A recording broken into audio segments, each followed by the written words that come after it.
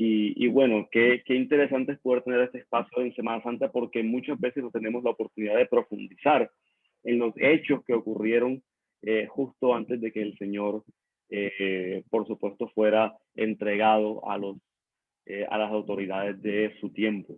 Porque generalmente saltamos, bueno, celebramos Domingo de Ramos, pero, y bueno, tenemos muy presente la historia en el jardín de Getsemaní, toda la angustia que el Señor tuvo que vivir, cómo fue entregado, cómo fue herido, escupido, cómo fue humillado por las autoridades de su época, entregado y a la muerte por su mismo pueblo. Pero pocas veces tenemos la oportunidad de reflexionar en los hechos que condujeron hacia este evento. Es decir, qué pasó en los días anteriores a toda esta historia que no sabemos muy bien, que incluso hemos visto miles de veces en películas de Semana Santa. Siempre está presente en nuestra mente esta parte de la historia, pero muchas veces podemos obviar algunas otras que van a ser, que son de provecho para nosotros. Entonces, el día de hoy vamos a estar hablando bueno, continuando con los hechos que sucedieron después que el Señor entró triunfalmente a Jerusalén. Pero antes me gustaría entregar este espacio en las manos del Señor y luego comentarle un poco sobre cómo va a ser la dinámica de toda esta sesión. Padre, gracias por este tiempo que tenemos la oportunidad de compartir como hermanos, hermanas, compartir sobre tu palabra, Señor, aprender sobre los hechos, sobre tu vida en esta tierra, Señor. Qué importante es saber sobre tu vida, saber lo que pensaste, lo que dijiste, lo que podías haber sentido, Señor. Y cómo esto es de provecho para nosotros, que hemos sido llamados a seguir tus pisadas, Señor. Por tu Espíritu Santo, Señor, te pedimos que tú abras entendimiento en nuestros corazones, Señor, que más allá de ser una sesión donde tengamos una exposición a la información o a los hechos, tu Espíritu esté tocando nuestras vidas, nuestras mentes, convenciéndonos, Señor, de tu obra en nosotros, pero también llamándonos la atención sobre cosas que es necesario que estemos apercibidos, Señor, entendiéndote a ti, Señor, para poder entender la misión que tú nos has encomendado. A medida que comprendemos más tu palabra, Señor, somos más edificados. Tú vas construyendo en nosotros con eso. Y gracias, Señor, porque nos vuelves un siervos útiles para toda buena obra, Señor. Gracias, Señor, por este espacio, por este tiempo. Y te pido que en las vidas de mis hermanos también esté el deseo, el sentir de poder compartir, Señor. Pero más allá de compartir y de hablar, podamos reflexionar y podamos aprender más de ti y de tu palabra, Señor. Porque esto nos enriquece, porque esto realmente cambia nuestra manera de pensar sobre el mundo que nos rodea, Señor. Muchas gracias y te pedimos que te quedes con nosotros en este espacio. En el nombre de Jesús. Amén. Bueno, hermanos, la sesión va a ser realmente algo muy sencillo. Voy a dar una pequeña introducción a los hechos, al tema que vamos a estar tratando en el día de hoy. Durante todo este espacio ustedes van a tener la oportunidad de ir escribiendo en el chat por escrito todas las preguntas, comentarios que ustedes tengan y al final vamos a tener el espacio para poder compartir. La idea es hacer una introducción al tema que vamos a hablar, notar una serie de puntos que nos van a ayudar en nuestro estudio bíblico y posteriormente vamos a reflexionar y compartir entre todos, tanto en grupos pequeños dependiendo del número de personas o sencillamente pues en la plenaria vamos a abrir el micrófono y podemos compartir e ir tomando algunos puntos que van a ser realmente de beneficio para nosotros. Amados hermanos, la idea detrás de toda esta serie es, más allá de ustedes puedan comerse una comida nutritiva de la palabra, la idea es que ustedes puedan entrar a la cocina, puedan entrar a mirar cómo se prepara básicamente todo un estudio bíblico, un estudio de la palabra, y ustedes tengan más herramientas para poder profundizar en el estudio de ella, de la palabra. Este gran regalo y tesoro que el Señor nos ha dejado en nuestras manos y que tenemos el deber de compartirlo y de estudiarlo y de escudriñar de una manera adecuada. Bueno, ayer hablábamos un poco sobre la entrada triunfal, ese gran evento, pero más allá de eso queríamos correr un poquito el telón en relación a lo que Jesús pudo pensar. Y no solamente Jesús como un hombre que sabe que va a morir, que asciende a Jerusalén, consciente de la gran misión, consciente del peso que lleva sobre los hombros del futuro de la humanidad, del universo, un hombre que carga sobre sus hombros también las expectativas de toda su nación y que aún así sabe que se dirige hacia la muerte, que no va a poder cumplir las expectativas de las que la gente ha puesto, o al menos no de la manera que ellos esperan. Jesús era un hombre profundamente incomprendido, solitario. Hasta el último momento habló constantemente con sus discípulos, pero solamente pocas personas. Dos mujeres tuvieron la claridad para entender cuál era la misión de Jesús en ese momento, entender los tiempos de Dios, el propósito de Dios para Jesús. Y por eso es muy importante que empecemos a caminar y estudiar en relación a lo que Jesús hizo, porque nos va a dar realmente mucho provecho en relación a conocer a Jesús y conocer lo que él podía pensar. Yo siempre les he invitado, desde ayer estoy invitándolos a poder reflexionar en todo esto, no solamente como hechos históricos que ocurrieron, sino mirar el trasfondo, mirar las reflexiones que hay detrás, empaparnos de lo que pudo haber sentido el Señor, lo que pudo haber dicho, pensado en todo este tiempo, porque eso va a hacer que realmente la historia que vamos a ver hoy se vuelva realmente viva en nosotros. Y al conocer más a nuestro Señor la esperanza, y al conocer los hechos, lo que Él hizo, lo que Él dijo, eso va a traer, esperamos y confiamos en el Señor, claridad también en nuestras vidas y en nuestras mentes, y nos va a ayudar a comprender también la misión que se nos ha encomendado. Una de las cosas que los creyentes deben tener muy claro en su perspectiva de cómo viven el cristianismo es que la misión que fue encomendada al Señor es ahora de nosotros. El Señor fue enviado al mundo y ahora Él, con la autoridad que el Padre le da, nos envía a nosotros hacia una misión. Y nos encarga y nos manda a este mundo a hacerla. Pero si no comprendemos las motivaciones que hay detrás, realmente no vamos a comprender la urgencia de esta misión en nosotros. O podemos quizá tener la perspectiva de hacerlo a medias o sencillamente con un desconocimiento de lo que implica el llamamiento que el Señor nos ha hecho. En el día de hoy vamos a estar enfocados en un estudio, en el estudio número 2, que es una frase que Jesús pronuncia. Es una paráfrasis de lo que Jesús dijo, porque realmente las palabras textuales son otras y podemos encontrarlas en los evangelios. Pero el estudio número 2 lo hemos titulado Los profetas deben morir en Jerusalén. Y vamos a entender qué significa, qué tenía Jesús en mente al hacer las cosas que él hace después de la entrada triunfal. Bueno, ¿qué ocurre después? Jesús el domingo, tradicionalmente el domingo de Ramos que denominamos, Jesús entra a la ciudad de Jerusalén, es proclamado como rey y Mesías por los jóvenes y por los niños en las calles y justo en los atrios del templo, la parte exterior del templo, pero en el templo no está ocurriendo nada. Jesús llega, mira, observa lo que ocurre a su alrededor del templo y sin embargo no ocurre nada de lo que nosotros pudiéramos esperar ciertamente que pasara. No fueron los levitas y los sacerdotes los que lideraron la alabanza y la recepción al Mesías, que era su pleno derecho por ser el Hijo de Dios, descendiente de David, sino son los niños y los jóvenes, los a veces menospreciados por la sociedad, los que son capaces de entender que quien está entrando ahí es más que un simple ser humano y que es el rey, el Mesías que tanto han estado esperando. En este estudio nos vamos a centrar en varias cosas, nos vamos a centrar en 3 aspectos. El primero es entender un poco el trasfondo de por qué Jesús va a actuar como actúa de esta manera. Esto no solamente se limita a entrar a Jerusalén, ser recibido, sino que también empieza a tomar actitudes muy radicales y palabras muy fuertes en relación con lo que está ocurriendo a su alrededor. Y para poder entender lo que Jesús hace en la limpieza del templo y en la acusación contra los líderes religiosos que vamos a leer más adelante en la palabra, vamos a tomarnos el tiempo de leerlo textualmente, tenemos que entender por qué Jesús piensa como piensa. ¿Cuál era la mentalidad de Jesús al hablar tan duramente contra lo que estaba ocurriendo en el templo en la época? Y también por qué Jesús dice palabras tan fuertes contra los líderes religiosos que estaban en ese momento guiando al pueblo, supuestamente hacia la correcta adoración a Dios. ¿Por qué el Señor toma esa actitud tan fuerte? Posiblemente porque cuando leemos y escuchamos sobre Jesús, generalmente la visión que tenemos sobre Jesús es una persona muy humilde, muy pacífica, muy de pronto amable, tierna hasta cierto punto. Entonces ver a nuestro Salvador y a nuestro Señor tomar actitudes tan radicales muchas veces puede ser un shock para nosotros. Y puede ser porque sencillamente no entendemos el trasfondo. ¿Qué estaba pensando Jesús en ese momento? ¿Por qué Jesús toma la actitud que toma? ¿Por qué actúa como actúa? Entonces vamos a hacer un trasfondo sobre eso que nos va a, espero en el Señor, que nos pueda iluminar nuestro entendimiento al leer la palabra y al acercarnos a ella y al estudiarla. Una de las historias que vamos a leer, una de las historias más incomprendidas de la Biblia, la historia de la viuda en el templo ofrendando. Y vamos a entender el contexto en el cual está esa historia y vamos a ver por qué esa historia no significa lo que creemos muchas veces que significa. Y por último, hablar sobre por qué los líderes religiosos odiaron tanto a Jesús que determinaron este hombre tiene que morir. Él es un estorbo y básicamente tomaron la posición de decir aunque sabemos que Él es el Mesías, aunque sabemos que Él es el Redentor, aunque sabemos que Él es el heredero, tenemos que matarlo.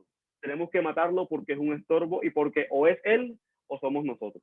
Y vamos a entender un poco por qué ellos tomaron esa actitud de odio hacia Jesús. ¿Por qué un odio tan visceral de no solamente llegar bueno, vamos a tolerarlo o vamos a expulsarlo? No, la actitud de ellos fue radical. En el momento en que Jesús entra a Jerusalén, entra para ser reconocido como rey y como el Mesías, ellos automáticamente, después de ver lo que Jesús hace, lo que estamos viendo aquí de la limpieza del templo y la acusación que hace contra ellos, ellos toman la decisión de matarlo. Tenemos que matarlo, no hay otra manera. Y bueno, finalmente reflexionaremos sobre algunas preguntas que hemos planteado acá y sobre los comentarios que tengan también sobre el estudio que tuvimos el domingo anterior y por supuesto el que vamos a hacer en el día de hoy. Entonces, espero no demorarme mucho en la introducción y en la descripción que vamos a hacer de los sucesos, porque sería muy útil poder compartir entre todos y poder reflexionar en torno a eso. ¿Qué hace que Jesús piense como piensa? Bueno, una de las cosas que debemos entender sobre la misión de Jesús, que debemos comprender para entender la mentalidad de Jesús, por qué actuó como actuó, por qué dijo lo que dijo, por qué hizo lo que hizo en este preciso momento de la historia que estamos leyendo, es porque Jesús tiene una dimensión también particular. Jesús no solamente se percibía a sí mismo o incluso fue nombrado por Dios como Mesías y como Rey de los judíos y como Salvador del mundo. Jesús también tenía un llamamiento profético. Jesús, y una de las cosas que a veces olvidamos de Jesús dentro de su ministerio, es que Jesús fue llamado a ser profeta. En Deuteronomio capítulo 15, el Señor habla con Moisés, está hablando y dándole la ley, y el Señor les da una profecía a Moisés y profetiza que así como Moisés se había levantado para liberar al pueblo y para revelar la perfecta voluntad de Dios a través de la ley de ellos, también el Señor en el futuro iba a levantar un profeta de la misma o mayor categoría que Moisés. Y esto estaba en las mentes de los judíos de esa época. De hecho, por eso, si ustedes leen los evangelios, ustedes van a encontrar constantemente que Jesús era referenciado como profeta. Este es el profeta que había de venir al mundo. Entonces, para poder entender a Jesús, tenemos que entender qué es un profeta, qué hacía un profeta, qué decía un profeta, cómo pensaba un profeta y cómo actuaba un profeta. Porque Jesús fue, valga la redundancia, profetizado como ese gran profeta que después de Moisés iba a venir. Dice en Deuteronomio capítulo 15, versículo 15 al 18, le está diciendo el Señor a Moisés, le dice, un profeta de en medio de ti, de tus hermanos, como yo, te levantará el Señor tu Dios. A él oiréis. Esto es conforme a todo lo que le pediste al Señor tu Dios en Horeb el día de la asamblea, diciendo, no vuelva yo a oír la voz del Señor mi Dios, no vuelva a ver este gran fuego, no sea que muera. Y bueno, Moisés es el que está hablando aquí, perdón, y dice, y el Señor me dijo, bien han hablado lo que han dicho, un profeta como tú levantará de entre sus hermanos y pondré mis palabras en su boca y él les hablará todo lo que yo le mande.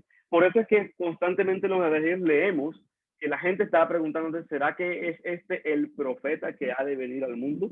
Y cuando hacían esa pregunta estaban haciendo referencia a este texto que está acá en Deuteronomio. De algún modo el Señor Moisés estaba profetizándolo al pueblo que después de él se levantaría un profeta, pero que más allá de ser un profeta, este hombre que iba a levantarse de entre los hermanos iba a ser un mediador entre Dios y ellos como pueblo de Israel.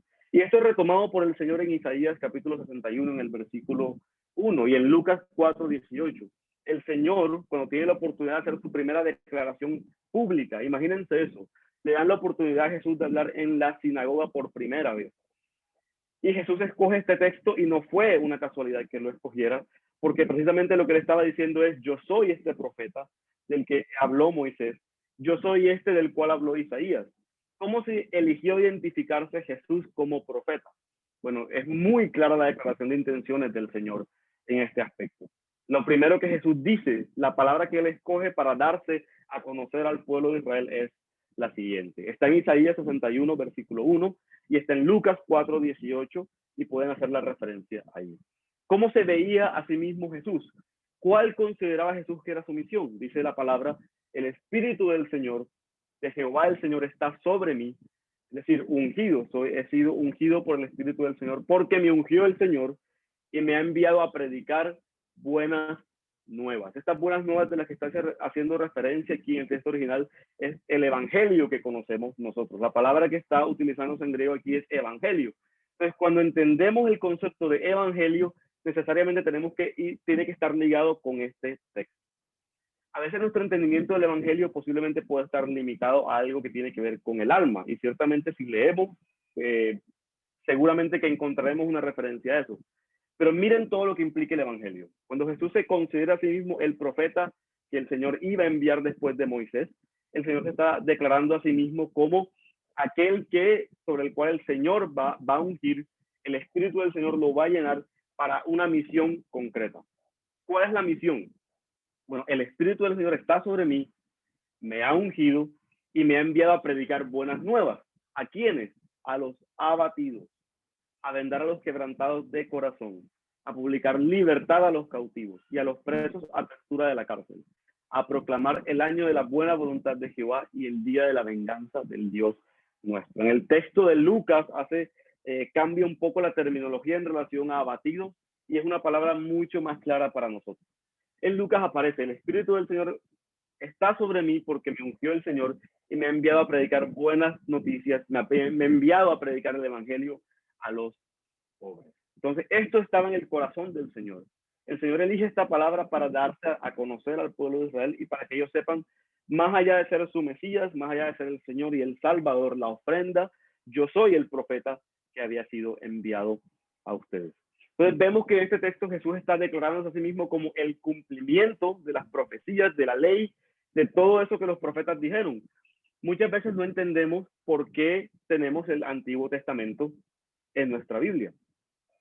A veces pensamos, bueno, ¿por qué si ya en el Nuevo Testamento llega el Señor y tenemos toda una revelación diferente?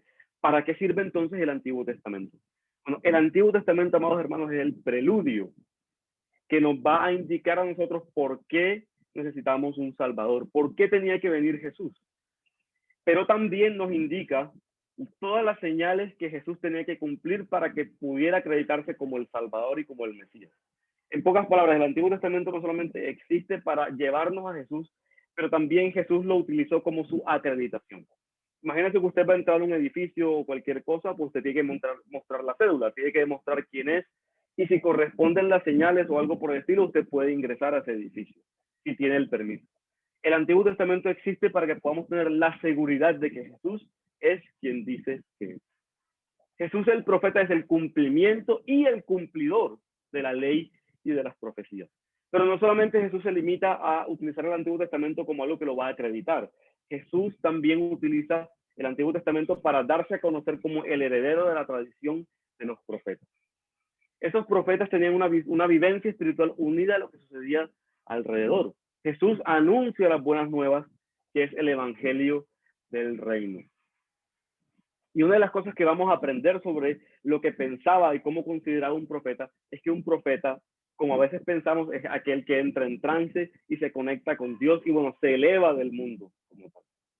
Cuando vamos a las profecías, cuando vamos a leer el Antiguo Testamento, los profetas, los salmos, la sabiduría, los proverbios, entendemos que los profetas no solamente se limitaban a tener una conexión con Dios, sino todo lo contrario. Los profetas eran aquellos que indicaban o guiaban al pueblo cómo debían vivir en este mundo. Por eso las buenas nuevas de salvación que el Señor nos trae no están limitadas únicamente al alma. El Espíritu del Señor está sobre mí porque me ha enviado a predicar a los abatidos, a vendar a los quebrantados de corazón. Es decir, todo lo que el Señor le entrega a Jesús, ese gran poder y autoridad que le entrega, tiene un propósito definido, tiene una misión definida que el Señor tiene que cumplir. Y era que eso que estaba, esa gran riqueza que Dios había recibido como heredero de los profetas, que Jesús había recibido como heredero de los profetas, pudiera finalmente ser también compartido a los que más lo necesitaban. Aunque Jesús dijo que su reino no era de este mundo, definitivamente el evangelio que Jesús predicó impactaba todas las áreas de la vida humana. No era un evangelio que se limitara únicamente al alma, sino que todo el ser humano, en todas sus dimensiones, económica, social, política, todo tenía que ser permeado por esas buenas noticias. Así que cuando consideramos que el evangelio únicamente es el alma, estamos perdiéndonos de lo que implica el evangelio del reino de Dios. Que aunque no es según este mundo, no es de acuerdo a las estructuras sociales, políticas, una vez más, que hemos hecho, sí tiene efecto sobre ellos. Aunque el Señor dijo muy claramente a Pilato que mi reino no es de este mundo, y si fuera de este mundo, mis seguidores pelearían para que yo no fuera entregado a los judíos. Aún así, el evangelio del reino impacta todas las áreas de la vida humana. Entonces, amados hermanos, para entender la visión de Jesús y de su misión, lo primero que tenemos que entender es que la invitación que Jesús nos hace hoy, esas buenas nuevas del reino que nos invita a compartir, no son un escape de la realidad, sino todo lo contrario. La invitación que Jesús nos hace cuando nos invita a su reino, a ser heraldos, a ser anunciadores de ese reino, no es para que nos escapemos de la realidad, sino para extender el reino de Dios y tocar esas áreas que necesitan en nuestro país, en nuestro mundo, en nuestra familia, en nosotros mismos como personas. Extender ese reino de Dios hace que esas cosas que hemos mencionado se transformen. Entonces, la invitación de Jesús en este evangelio que él da no es un escape de la realidad, no es simplemente algo escapista, como que bueno, esperemos a ver cuándo es que viene el reino de Dios. La promesa de Jesús para la época y para nosotros es que el reino de Dios ya está entre nosotros y que ese reino va extendiéndose y transformando cada cosa que toca, incluso lo que está capturado por el Hades. Por eso el Señor dijo, edificaré mi iglesia y las puertas del infierno no prevalecerán contra ella, porque la transformación que vamos llevando es el reino de Dios ya presente. Aunque por supuesto entendemos que nuestra tensión en el evangelio, esa gran tensión que vivimos como cristianos, lo han definido genialmente los teólogos como un ya, pero todavía no. Es decir, ya el reino de Dios está entre nosotros, pero todavía no se ha desarrollado o extendido en su plenitud, que es lo que esperamos nosotros, por supuesto, en la segunda venida de nuestro Señor. No solamente es que estamos esperando al Señor para que se arreglen las cosas, no, ya el reino está en nosotros, ya tenemos el poder del Espíritu Santo para transformarlo, pero aún no podemos ver la plenitud de ese reino entre nosotros. Y esto tiene que estar muy claro también en nuestra idea de lo que eran los profetas. Bueno, para entender a Jesús, amados hermanos, para entender por qué dijo muchas de las cosas que dijo, hizo muchas de las cosas que hizo, tenemos que entender también cuál era el rol profético. Si Jesús era el profeta que Dios había declarado que iba a llegar al pueblo de Israel, tenemos que entender qué hacía un profeta y cómo los profetas estaban conectados con lo que Dios había hecho anteriormente al revelar la ley a su siervo Moisés, que fue el principal profeta de Israel hasta la llegada de Jesús. Bueno, en principio tenemos que entender que la ley de Dios, lo que leemos en Éxodo, Números, Levítico, Deuteronomio, es sencillamente la expresión perfecta de la voluntad de Dios, pero también del carácter de Dios. Israel es levantado como una nación de reyes y sacerdotes que anuncian y viven el reino de Dios. La tarea de Israel era mostrar a las naciones cómo es Dios a través de la vivencia que ellos tenían, a través de cada ley que tocaba cada área, a través de su sistema político, del sistema económico, a través del sistema social, y particularmente del cuidado a los más vulnerables. Israel tenía que mostrarle a las demás naciones por qué su Dios era superior a los demás y que esas naciones pudieran llegar a conocer al Señor a través de ellos. Todo esto que el Señor está haciendo en Israel es sencillamente para reconciliar y perdonar a la humanidad. Es Israel, a través de la ley que Dios les da, es la extensión de su gracia. Israel está llamado a ser un nuevo Edén, donde la humanidad pueda finalmente ser reconciliada, transformada, perdonada, y la humanidad pueda acercarse a Dios, a ese Dios que está interesado en tender puentes con ellos, en hacer pactos con ellos a través de Israel. Pero muy importante es que dentro de todo esto, una de las expresiones de la voluntad de Dios y del carácter de Dios es el cuidado de las comunidades más vulnerables. Si ustedes leen en Éxodo, Levítico, Números, Deuteronomio, van a encontrar repetitivamente referencias a tres comunidades vulnerables de la época: los pobres, los necesitados, las viudas y los extranjeros. El cuidado de estas comunidades no solamente era algo que Israel, o por extensión nosotros ahora como iglesia, hacemos porque, hombre, qué bueno que tenemos tiempo extra y que tenemos algo de platica, entonces vamos a servir a los pobres y vamos a servir a las viudas y vamos a servir a los extranjeros, como si eso fuera algo periférico, como si eso fuera algo alejado de la misión. A veces hasta lo llamamos casi como que acción social, es decir, la iglesia cumple su misión Y entonces después, si nos queda tiempo, vamos a hacer acción social y nada más alejado de la realidad. Al contrario, el cuidado de las comunidades más vulnerables, pobres, necesitados, viudas y extranjeros, es el evangelio. Es el centro de lo que Dios estaba haciendo. Es el propósito de la ley. No es solamente un ejercicio que hacemos porque nos queda tiempo. Es que si no hacemos esto, no estamos dentro de la voluntad y no estamos revelando el carácter de Dios. Israel es levantado como una nación, y nosotros como iglesia por extensión somos levantados como una nación para transformar realidades alrededor. Entonces, si no estamos entendiendo esta parte del evangelio, poco vamos a entender de la actitud de Jesús y de lo que vamos a leer a continuación. Porque es que si no entendemos este celo que Dios tiene por su voluntad y por la revelación de su carácter y de su propósito, muy poco vamos a entender por qué Jesús actuó como actuó. Israel fracasa en su misión. El Señor envía los denominados profetas al pueblo, hombres y mujeres ungidos por Dios para una misión especial. ¿Qué hacía un profeta en Israel? Cuando leemos sobre Isaías, Jeremías, leemos sobre David, incluso que fue profeta dentro de los Salmos, cuando leemos sobre Miqueas, Malaquías, el que hemos estudiado recientemente también en la palabra, tenemos que entender por qué ellos actuaron como actuaron, por qué dijeron lo que dijeron. Básicamente el rol profético eran al menos 4. Es decir, si usted lee los textos de los profetas, esto le va a ayudar muchísimo a entender por qué hablan como hablan y por qué el lenguaje que utilizan. En principio, estos hombres y mujeres ungidos por Dios para una misión especial tenían cuatro misiones fundamentales, o su misión consistía en 4 cosas puntuales. La primera misión era recordarle al pueblo de Dios los términos del pacto establecido, recordarle al pueblo lo que Dios había hecho antes por ellos y que ellos habían entrado en un pacto establecido con Dios. Por eso cuando vemos que Israel se iba y se apartaba tras los ídolos, los profetas eran enviados por Dios para recordarles que ellos eran una nación especial, que no eran como los otros y que tenían un pacto establecido con Dios. Por supuesto, otra parte importante de la misión de los profetas era denunciar la violación del propósito del pacto y el juicio inminente de Dios sobre la nación. Y nunca esto fue hecho con tanta vehemencia, particularmente con el tema de, una vez más, los vulnerables y los pobres. Una de las cosas que que los profetas denunciaron a instancias del Señor a Israel fueron 2. Uno, la idolatría y la fornicación espiritual, pero también una de las cosas que hablaron muy fuertemente era la opresión.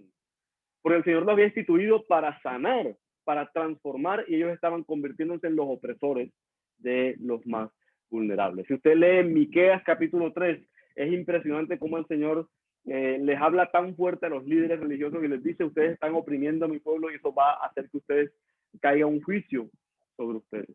Si usted lee Isaías, el Señor llega al punto de decir, perdonen la expresión, me importa un bledo los ayunos que puedan hacer. Ustedes están oprimiendo a sus consiervos, están explotando a sus consiervos. Yo no voy a recibir adoración de parte de ustedes si ustedes continúan haciendo esto. Porque es que cuando hacemos esto, más allá de los ritos que podamos hacer para agradar a Dios, tenemos que recordar cuál es el propósito y la esencia de la voluntad de Dios expresada en el pacto y en la ley. Los profetas hicieron todo esto tomando posiciones y vivencias extremas.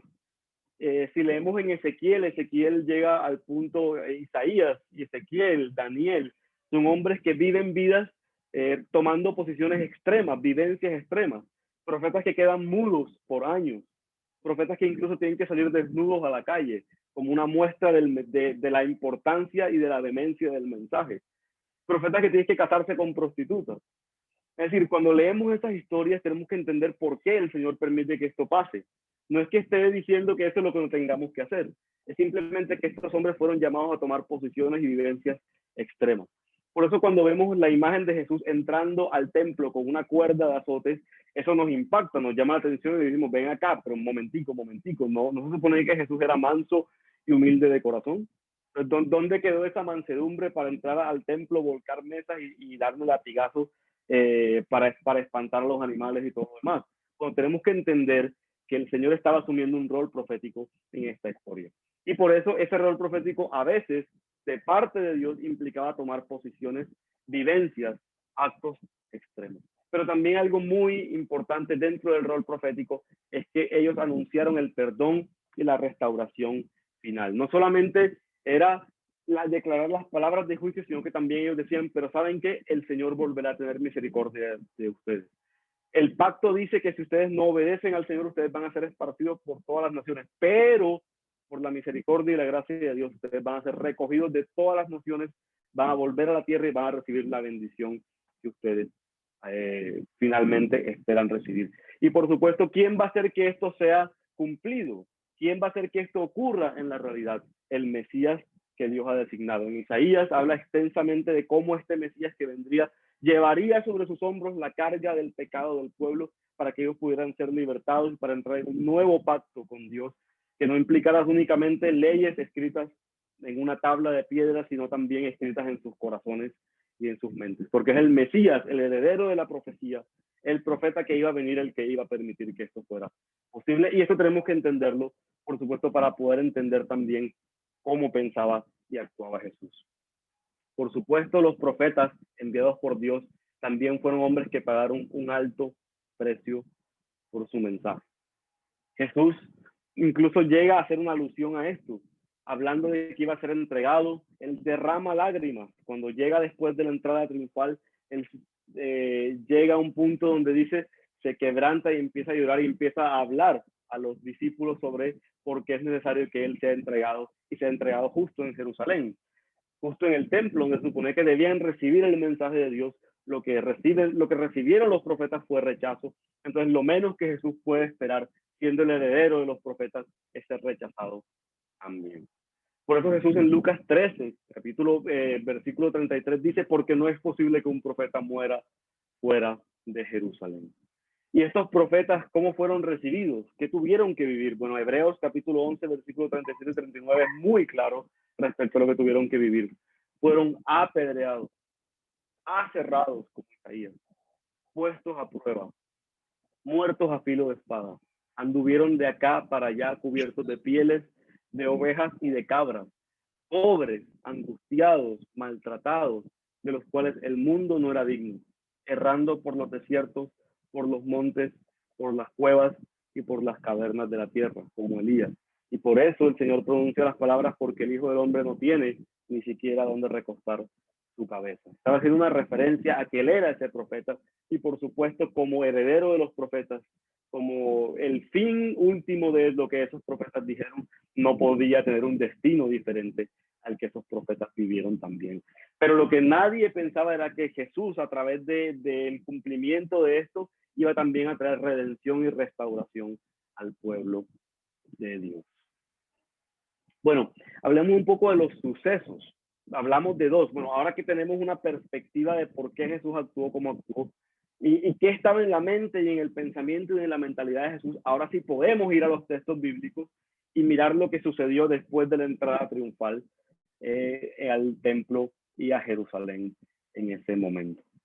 En particular, dos cosas. Una vez que Jesús entra a Jerusalén, tiene dos grandes declaraciones proféticas, dos eventos, dos elementos que fueron realmente chocantes en la época y que de algún modo están ilustrados con todo lo que acabamos de hablar.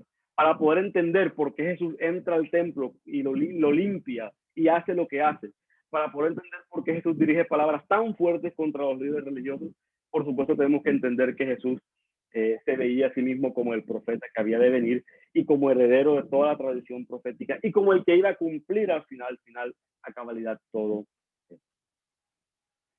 Podemos buscar en el capítulo, en dos textos en particular, muchos de ellos hacen referencia, en los evangelios aparece en referencia este evento.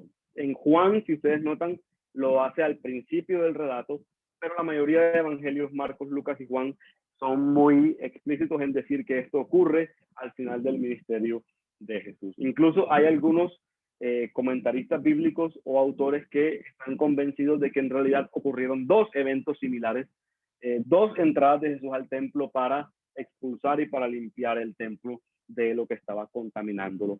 Entonces, sencillamente ahora vamos a tomar el tiempo de leerlo y después de leer hablamos un poco más y tenemos la oportunidad de compartir sobre esto. Entonces, tengamos esos dos textos presentes en mente, esos dos eventos y una historia que Jesús va a contar para poder entender cuál era el mensaje que Jesús estaba dando en ese momento. Entonces dice capítulo 2 de Juan, versículos 13 al 17, dice, en el templo encontró a los que vendían bueyes, ovejas y palomas, y a los cambistas allí sentados. Y haciendo un azote de cuerdas, echó fuera del templo a todos, y las ovejas y los bueyes, y esparció las monedas de los cambistas y volcó las mesas. Y dijo a los que vendían palomas, quiten esto de aquí y no hagan de la casa de mi padre casa de mercado. Entonces se acordaron sus discípulos que está escrito, el celo de tu casa me consume. Eso es un salmo. Y en ese momento Jesús estaba no solamente haciendo una declaración profética, como se dan cuenta aquí también Jesús estaba cumpliendo la profecía a cabalidad. Dice en el capítulo 21 de Mateo, versículos 12 y 13, dice, Jesús entró en el templo y echó de allí a todos los que compraban y vendían. Volcó las mesas de los que cambiaban dinero y los puestos de los que vendían palomas. Y dijo, escrito está, mi casa será llamada casa de oración, pero ustedes la están convirtiendo en cueva de ladrones. Se le acercaron en el templo ciegos y cojos y los sanó. Y finalmente después, al margen de hacer esto, Jesús declara palabras muy fuertes contra el liderazgo religioso de la época. Esto está en el capítulo 23 de Mateo, aunque todos los comentaristas bíblicos, todos los evangelios hacen referencia a esta historia, tomamos el capítulo 23 de Mateo. Y dentro de ese discurso Jesús dice, pero ay de ustedes, escribas y fariseos. Esto en la Biblia se conoce como la gran acusación de Jesús, la acusación final de Jesús contra los líderes religiosos de la época. Y tiene palabras muy fuertes contra ellos. Les dice, pero ay de ustedes, escribas y fariseos hipócritas, porque cierran el reino de los cielos delante de los hombres, pues ni entran ustedes ni dejan entrar a los que están intentando entrar. En otras versiones dice así. Ay de ustedes, escribas y fariseos hipócritas, porque devoran las casas de las viudas y como pretexto hacen largas oraciones. Por esto recibirán mayor condenación. Ay de ustedes, escribas y fariseos hipócritas, porque recorren mar y tierra para hacer un prosélito, y una vez hecho le hacen 2 veces más hijo del infierno que ustedes. Ay de ustedes, escribas y fariseos hipócritas, porque diezman la menta y el eneldo y el comino y dejan lo más importante de la ley.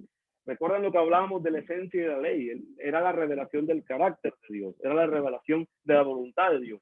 El Señor enfoca la ley para defensa, para restauración de los más necesitados, para que ellos pudieran vivir en una realidad transformada, dejando de lado la maldición del pecado, pudieran vivir y poder hacer una reparación de todo esto y las realidades de la nación, de la nación de Dios, pudiera ser diferente a la de los demás.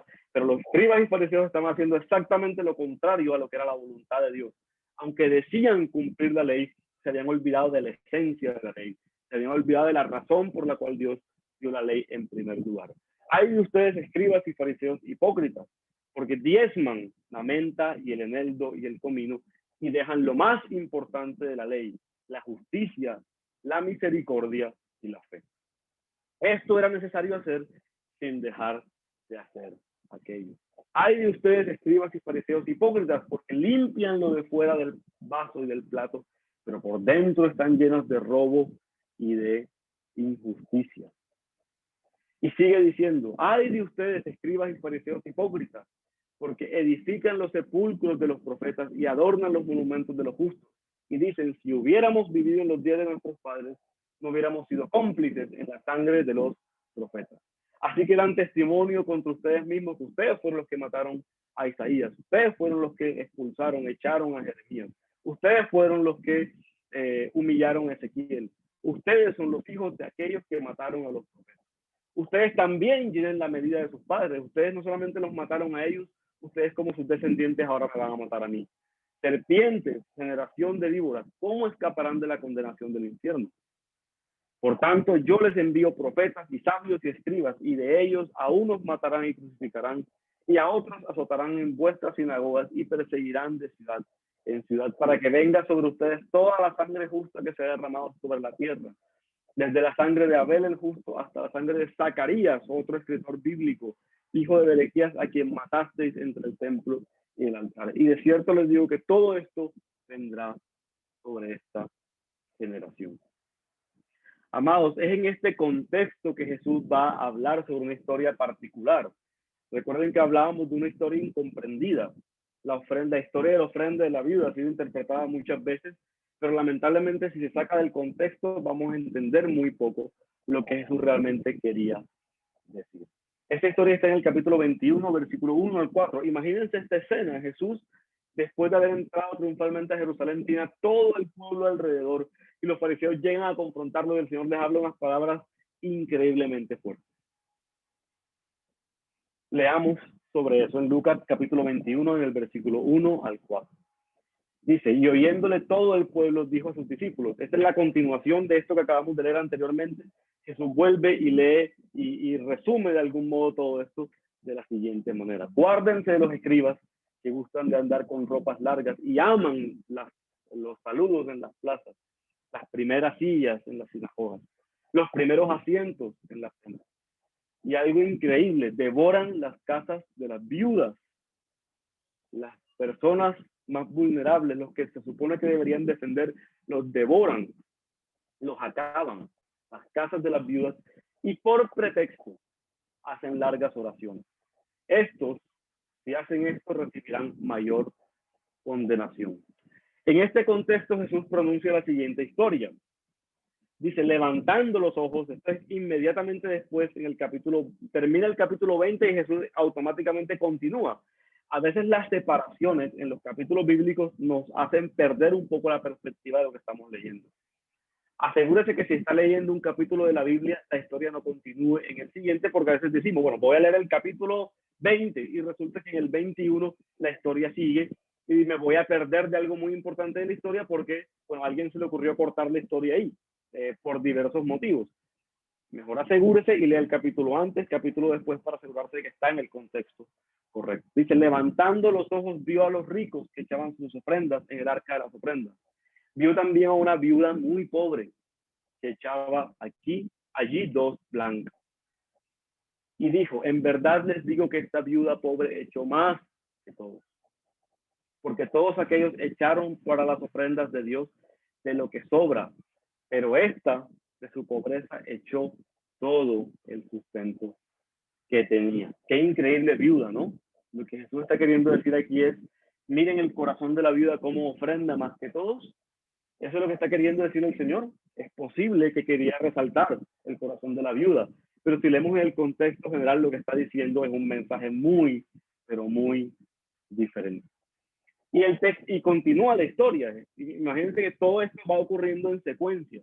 Y sigue diciendo en Lucas capítulo 21, y a unos que hablaban de que el templo estaba adornado de hermosas piedras y ofrendas votivas, es decir, ofrendas que traía la gente, dijo, en cuanto a estas cosas que ven, días vendrán en que no quedará piedra sobre piedra que no sea destruida. Y es en este momento que los discípulos se sorprenden tanto que le preguntan, Señor, ¿cuándo ocurrirán estas cosas?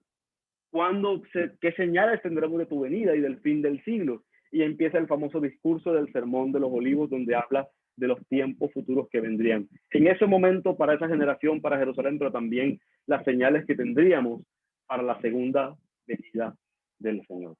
Entonces, para poder entender toda esa historia que va a ocurrir a continuación en Mateo capítulo 24, Lucas capítulo 21, tenemos que entender por qué Jesús estaba hablando tan fuerte contra los discípulos. ¿Por qué Jesús cuenta la historia de la viuda? ¿Por qué Lucas se toma el trabajo de registrar esta historia de la viuda?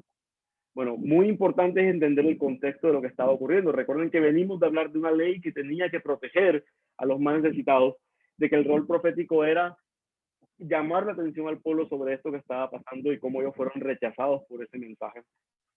Y a Jesús siendo heredero de todo eso, para poder entender por qué Jesús limpia con tanta meticulosidad el templo, por qué actúa de manera incluso que pudiéramos considerar violenta en este sentido, pero también porque Jesús, delante de todo el pueblo, pronuncia estas palabras. Recuerden que todo lo que acabamos de leer no está ocurriendo en un cuarto, no están todavía en el aposento alto. Las palabras que Jesús dijo fueron públicas. Todo el pueblo de Jerusalén y los sacerdotes y los fariseos que habían venido a confrontar estaban escuchando estas palabras de Jesús. Esto que ocurrió no fue algo en privado, no fue una conversación entre el sacerdote principal y Jesús. Esto ocurrió a los oídos y a la vista de todo el pueblo. Para entender todo esto, amados hermanos, lo hemos resumido en una serie de elementos que nos van a ayudar a entender todo esto. Porque entender esto es entender lo que Jesús estaba queriendo hacer en sus últimos días de vida y la urgencia que tenía por hacerlo. En la denuncia profética de Jesús observamos que Jesús no solamente sirvió a los pobres y a los oprimidos, sino que usó su autoridad como rey y como profeta para denunciar las estructuras y los liderazgos que mantenían al pueblo en esa condición de pobreza y de opresión. Para poder entender un poquito el contexto de por qué Jesús actúa tan fuerte contra el templo, pero también habla tan fuerte contra los saduceos, los escribas y los fariseos, vamos a hacer un pequeño recuento de quiénes eran estos señores. Jesús habla muy fuerte sobre ellos, entonces tenemos que entender quiénes eran ellos para poder ver de dónde está viniendo Jesús con toda esta denuncia que está haciendo. Los escribas y los fariseos eran considerados en la época de Israel la facción popular, los que decían estar con el pueblo. Hay que entender algo, y es que en la dinámica del Israel del Nuevo Testamento, las facciones políticas y religiosas a veces no tenían un distingo muy claro. Las facciones religiosas tenían implicaciones políticas también. Y por eso, para poder entender bien el texto de lo que Jesús está diciendo, tenemos que entender esta realidad. Para resumir, los escribas y fariseos eran la facción popular, los que estaban del lado del pueblo. Políticamente estaban en contra del dominio extranjero que los romanos estaban ejerciendo, pero en el aspecto religioso eran profundamente conservadores y defensores de las tradiciones. Por eso cuando leemos sobre los escribas y fariseos preguntándole a Jesús sobre ciertos temas como el lavado de manos, el lavado ritual antes de comer, es porque estos señores estaban muy interesados en preservar las tradiciones y conservar y ser, digamos que tener una mentalidad conservadora en relación al aspecto religioso. En el templo ocurría exactamente lo contrario. Los que controlaban el templo era una facción llamada los saduceos, que eran los principales sacerdotes. Cuando se habla en la Biblia de principales sacerdotes, se está refiriendo muy probablemente a esta facción llamada los saduceos, que también participaron en la opresión o en haber perseguido a Jesús. Porque era la facción de la élite. Es decir, eran los que básicamente controlaban. El sacerdocio de la época era un sacerdocio muy rico económicamente. Eran personas que tenían no solamente el control religioso en el templo, sino que también hasta cierto punto eran los ricos de la época en Israel.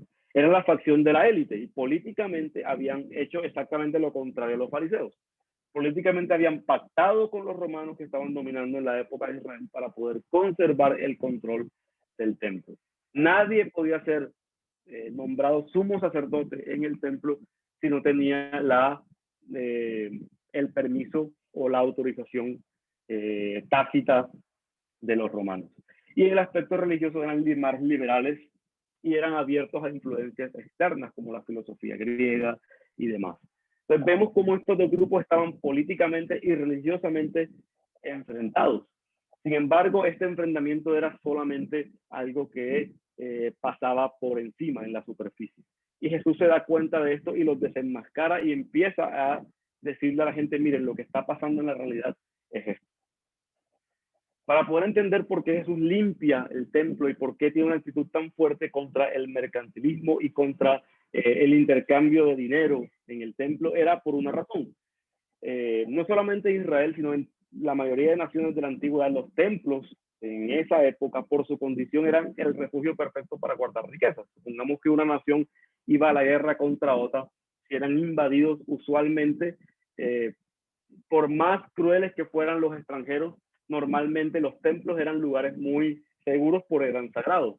Por supuesto que muchas veces un invasor o una persona que quisiera expropiar o que quisiera, digamos que conquistar a un país, muy pocas veces tocaba los templos de esos países porque eran considerados lugares santos o lugares sagrados y por supuesto que no querían enemistarse con ningún dios.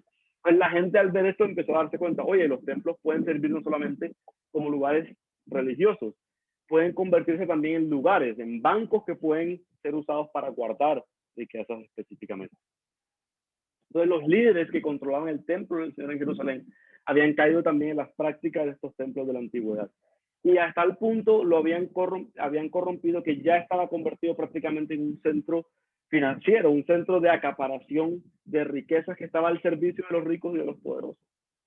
De las mismas ofrendas que los prosélitos y que el pueblo de Israel hacía, ese mismo dinero era administrado por el templo y era incluso utilizado para prestar dinero y muy posiblemente a tasas de interés que eran de usura. Y de esa manera el templo y los líderes que lo controlaban se estaban llenando de dinero y se estaban volviendo muy ricos a costa de la opresión de la gente. El pueblo era manipulado por un lado por la facción popular, por los fariseos, pero también era explotado por la facción elitista, que eran los saduceos, que eran los sacerdotes, la línea de sacerdotes más importante. Y lo que Jesús está queriendo decir con todo esto como profeta era, señores, el templo de Dios ha dejado de ser el lugar de adoración a Dios, el lugar donde el pueblo pueda acercarse a la presencia de Dios, donde se puede revelar la voluntad de Dios, donde Dios puede mostrar su propósito, puede extender su bendición y su gracia al pueblo para que ellos puedan liberarse de las cadenas de opresión y de esclavitud. Ahora el templo era exactamente lo contrario. El templo de Dios, nada más y nada menos, era el mayor centro de opresión a la gente, al pueblo de Israel. El templo de Dios era tan importante, su estructura. Recuerden que los discípulos le decían, miren, este templo está adornado de joyas. Era algo impresionante. Herodes, el que persiguió a Jesús, construyó secciones muy imponentes, murallas. Es decir, el templo de la época era un espectáculo. Pero Jesús no se impresiona por ese espectáculo. El Jesús profeta en realidad estaba indignado con ese espectáculo, donde la estructura, donde todo el dinero, toda la riqueza, la bendición que fluía de Dios era invertida en la estructura, donde los ritos eran lo más importante, donde lo importante era que se viera el despliegue de ser ostentosos, de hacer grandes estructuras, grandes edificios, invertir en lujo en el templo. ¿Y saben qué pasaba? Eso estaba pasando en el mismo lugar donde una viuda pobre tenía que dar todo lo que tenía para poder satisfacer lo que le estaban pidiendo sus líderes religiosos, donde devoraban las casas de la viuda a tal punto que Jesús levanta los ojos en medio de su denuncia y ve con dolor que una pobre viuda está entregando lo único que tiene a un sistema corrupto, opresivo, donde la viuda está entregando lo único que tiene para sustentarse, lo está entregando al margen de su gran corazón y su gran servicio al Señor, se están aprovechando de ella para que los líderes religiosos con los que Jesús estaba hablando en ese momento se enriquecieran. Y Jesús quería que sus discípulos vieran eso. Jesús quería que ellos vieran en la realidad que ellos estaban mirando las piedras y la gran riqueza que había en el templo, pero que a él Jesús no le impresionaba eso, sino todo lo contrario, que estaba profundamente indignado y que en su autoridad como rey, pero también como profeta de Dios, estaba denunciando esta situación de opresión ante ellos. Y los líderes religiosos en ese momento estaban siendo expuestos. Jesús estaba desenmascarando las facciones políticas religiosas, le estaba diciendo, señores, ustedes están utilizando el nombre de Dios para enriquecerse y no contentos con enriquecerse, lo están haciendo a costa de la gente y sobre todo la explotación y la opresión a los más vulnerables. Ustedes que están aquí reunidos, que están haciendo todo esto, miren hacia allá, miren a esa viuda que está allá, está entregando lo único y lo último que tenía y lo está entregando para que ustedes puedan ser más ricos. En lo personal yo leo todo esto y no puedo evitar pensar en mi realidad, en nuestra realidad. Y pienso, ¿qué diría Jesús si viera la condición de nuestra sociedad hoy en día? ¿Qué diría Jesús si viera nuestra nación hoy en día? ¿Qué nos está indicando el Señor que digamos nosotros como sus representantes aquí? Si Él no se quedó callado, ¿qué nos hace pensar a nosotros que tenemos el derecho o el privilegio de quedarnos callados? Este templo de Dios, el templo que debía ser la fuente de bendición, que debía reconocer al Mesías, mostrar al Mesías a todo el mundo, era el mayor centro de opresión. Y la estructura de ritos eran tan importantes que una vez más no les importaba quitarle a una pobre viuda todo lo que tenía. Y por supuesto, cuando Jesús pronuncia estas palabras y se retira, automáticamente empieza a surgir el odio y el rencor de los líderes religiosos que estaban siendo expuestos. de todas las facciones. Había una pelea, pero era superficial porque hacían parte del mismo sistema, tanto fariseos como saduceos. Esto no se puede hacer, bíblicamente hablando, pero si quisiéramos trazar una línea en nuestra realidad para poder entender qué tan opuestos eran, los de derecha y los de izquierda eran parte del mismo sistema. Como les digo, no se puede hacer. No podemos sacar la conclusión de que los fariseos eran de un lado o del otro, porque es algo que realmente es una concepción moderna que tenemos, pero sí ilustra un poco qué tan alejados estaban. Y sin embargo, estos hombres, tanto fariseos como saduceos, de un lado o del otro, declaran en sus corazones tanto odio contra el Señor que deciden que Jesús debe morir. Y por una sencilla razón. Amados hermanos, porque las buenas nuevas, el Evangelio, tiene que ver con la realidad de la gente. Y porque sencillamente que la luz que ha sido puesta en nosotros ilumina las tinieblas. Jesús era la luz del mundo y estaba iluminando las tinieblas. Y el anuncio de estas buenas nuevas, el Evangelio que Jesús estaba predicando, lo hizo entrar automáticamente en conflicto con los líderes religiosos de ambas facciones. Y estos, aunque sabían que Jesús era el heredero, era el Mesías enviado por Dios, deciden matarlo para que todo siga igual, para mantener el control. Y estos hombres, que eran hombres de Dios, tenían la palabra de Dios, tenían la revelación de Dios. El odio que sentían por Jesús fue más fuerte que cualquier conocimiento de la palabra o de la revelación que tenían del Espíritu Santo. Incluso Esteban en su discurso en Hechos dice: ustedes resisten al Espíritu Santo. El Espíritu Santo está revelándoles a ustedes la verdad y ustedes están decidiendo cerrar los ojos, cerrar los oídos, endurecer sus corazones a la verdad.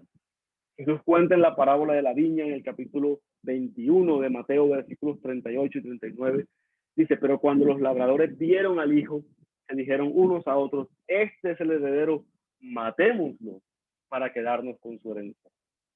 Así que le echaron mano y lo arrojaron fuera del viñedo.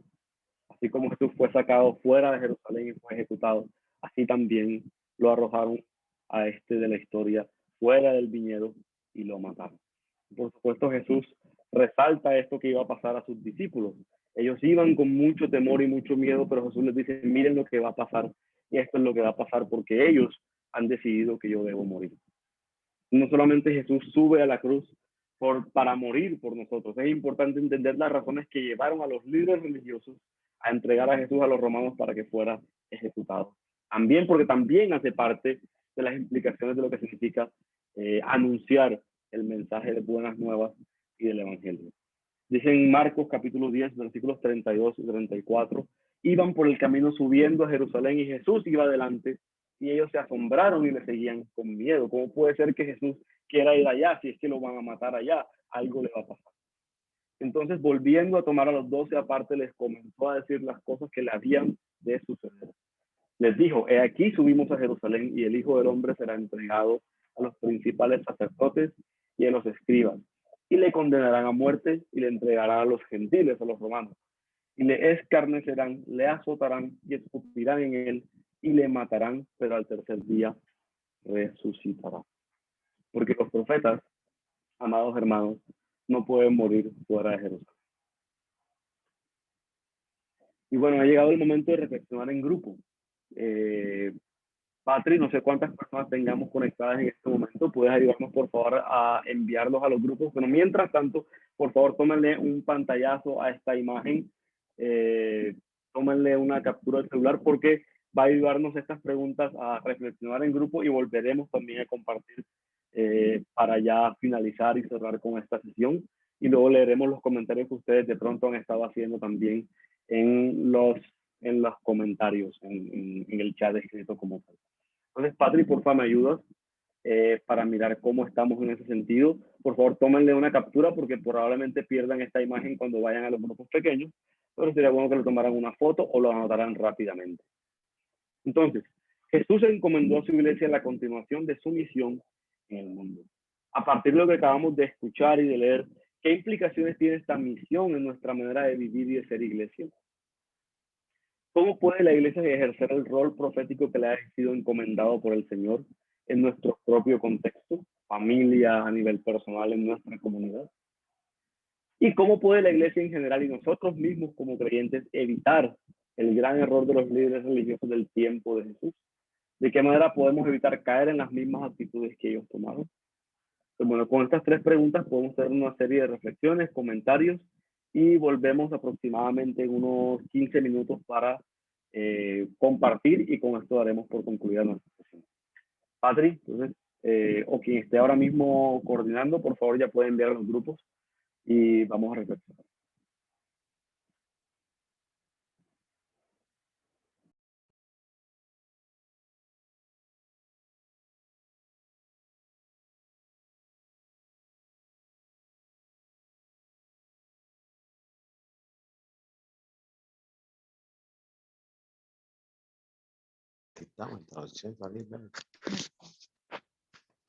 Porfa, vayan aceptando la invitación a los grupos.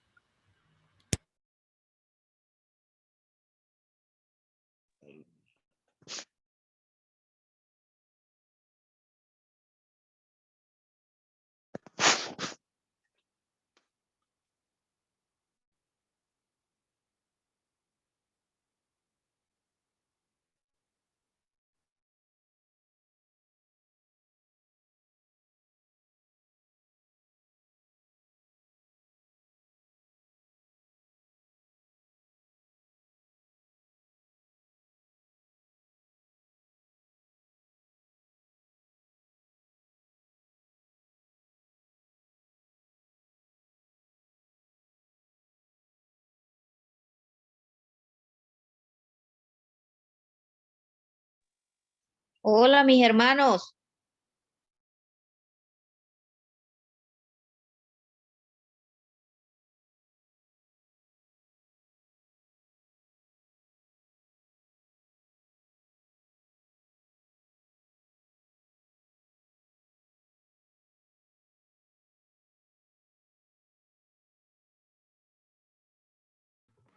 Hola, buenas noches. Hola, buenas noches, Mari, ¿cómo estás? Bien, mi amor, ¿y tú cómo estás, Carmen? Bueno, también bien, gracias a Dios. ¿Tus hijos, tu familia, cómo están? ¿Todos bien? Ah, bueno, me alegra. ¿Ya estás acá?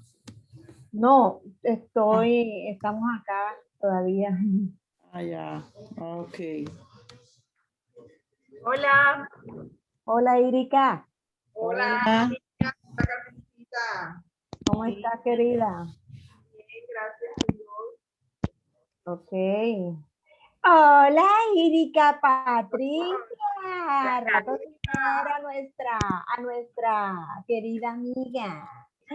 Dios mío, Uicio, ¿cómo está Erika? Hola, Mari. Hola, mija. ¿Cómo estás? Bien, bien, hija, gracias a Dios. Amén.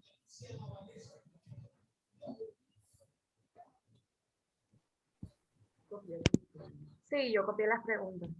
Bueno, no, ya tomé por. La primera es. ¿Dónde estamos nosotros? Sí, porque estaba viendo que los demás no aceptaron. Es que la letra se ve pequeñita, cuando dice aceptar el grupo se ve pequeñita, o hay que decirle a la gente que lea. Bueno, pero si están afuera, creo que Daniel también quedó afuera, así que él puede hacer un grupo con los que están afuera. Ah, bueno. Bueno, la primera pregunta dice, Jesús encomendó a su iglesia la continuación de su misión en el mundo. ¿Qué implicaciones tiene esta misión en nuestra manera de vivir y de ser iglesia? ¿Cómo te esa mía? ¿Cómo te esa mía? Cumplir la misión de Jesús aquí en la tierra, bravo. ¿Qué implicaciones tiene esta misión en nuestra manera de vivir y ser iglesia?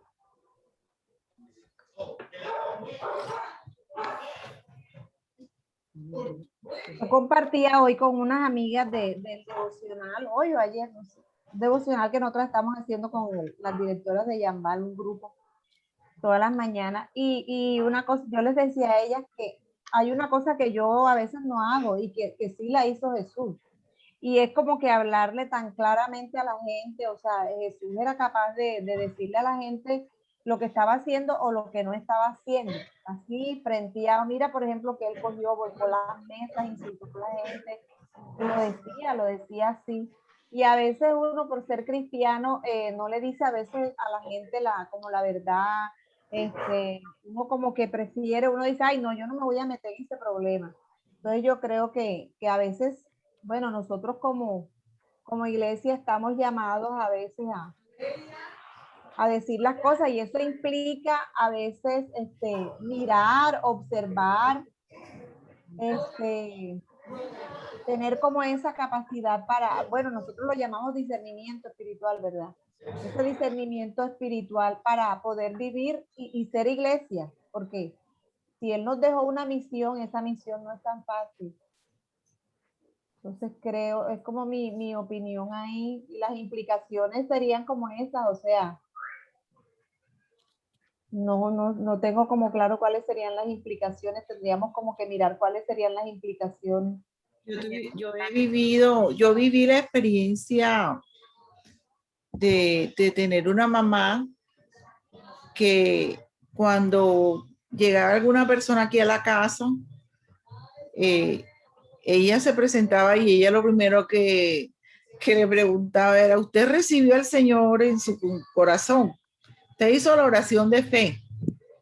De verdad que a mí me impactaba eso de mi mamá porque ella vivió hasta el último día de su vida mientras tuvo conciencia en el hecho de hacer lo que el Señor mandó. Y siempre lo tengo como presente que pues Carmen tiene razón, o sea, uno a veces quiere como acomodarse, como que no tener ese valor de hablar del Señor a todo el mundo, porque es que la palabra, o sea, el mandamiento fue ir, predicar el evangelio y hacer discípulos en todas las naciones, ¿verdad? Y uno está en el rol del trabajo, en la familia, y uno quiere como que adaptarse y no cumplir con eso como debe ser. O sea, así de lanzado como el Señor lo mandó, esa debía ser como la esencia nuestra. Yo creo que de implicaciones también sería como vivir en contracultura. En todas las circunstancias, vivir en eso, dejar de acomodarme a lo que el mundo está, Así lo que es. está sucediendo ahora y empezar a vivir como Jesús quiere que yo viva realmente. Y mira que uno leyendo la Biblia uno se da cuenta, leyendo los evangelios, de que Jesús vivía literal en contra de toda la cultura. Si la cultura decía que el día de descanso no se podía hacer nada, ni siquiera para ayudar a tu hermano, Jesús de cabeza iba a ayudar al hermano que estaba en necesidad, porque era lo que él debía hacer, porque él mismo le decía, o sea, tú me estás diciendo que por ser día de descanso yo no puedo hacer el bien. El día de descanso, entonces yo descanso también de hacer la obra que el Señor me manda. Y eso es lo que en cierta forma la cultura también le enseña a uno. La cultura actualmente te está enseñando a hacer, hey, preocúpate más por ti mismo y deja de preocuparte por los demás. Y a veces nosotros como cristianos vivimos de esa forma, como preocupándome por mi vida espiritual, preocupándome, no sé, por muchas cosas relacionadas conmigo nada más. Y olvidamos de que hay mucha gente allá que igual también necesita. Para eso a los que el Señor también, por los que el Señor también murió. Y a veces en cierta forma también nos estamos comportando como los fariseos en ese momento, que eran como muy selectivos con a quién se le predica, quién tiene acceso a los manuscritos, todo eso. Era como demasiado selectivo y a veces nosotros también estamos siguiendo de esa forma. Sí, caemos en eso. Realmente es así. Entonces las implicaciones es, bueno, eso de ser sal en la tierra, de ser la luz del mundo. O sea, nosotros tenemos que romper con mitos y creencias que el mundo parece abanderar y hacerlo como más efectivo que la palabra de Dios. Y a veces nosotros creemos eso y también, y actuamos así. Es cierto.